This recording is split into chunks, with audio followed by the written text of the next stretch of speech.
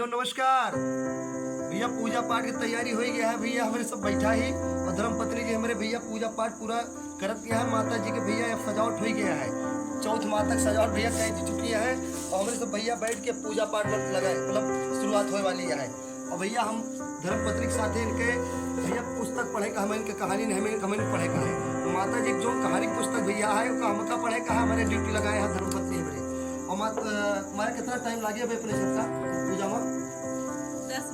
10 minute भैया कहते हैं कहानी स्टार्ट हो जाए, पूजा करती है अपन ये। और देख सकते हैं आप सब पूजा पूरा एकदम तैयार हुई कि पूजा पाठ कर ले हैं। अब कहानी चालू होने वाली है भैया। माता जी की कहानी चालू कर पाए भैया, कहानी खत्म हुई, माता जी की आरती हुई भैया।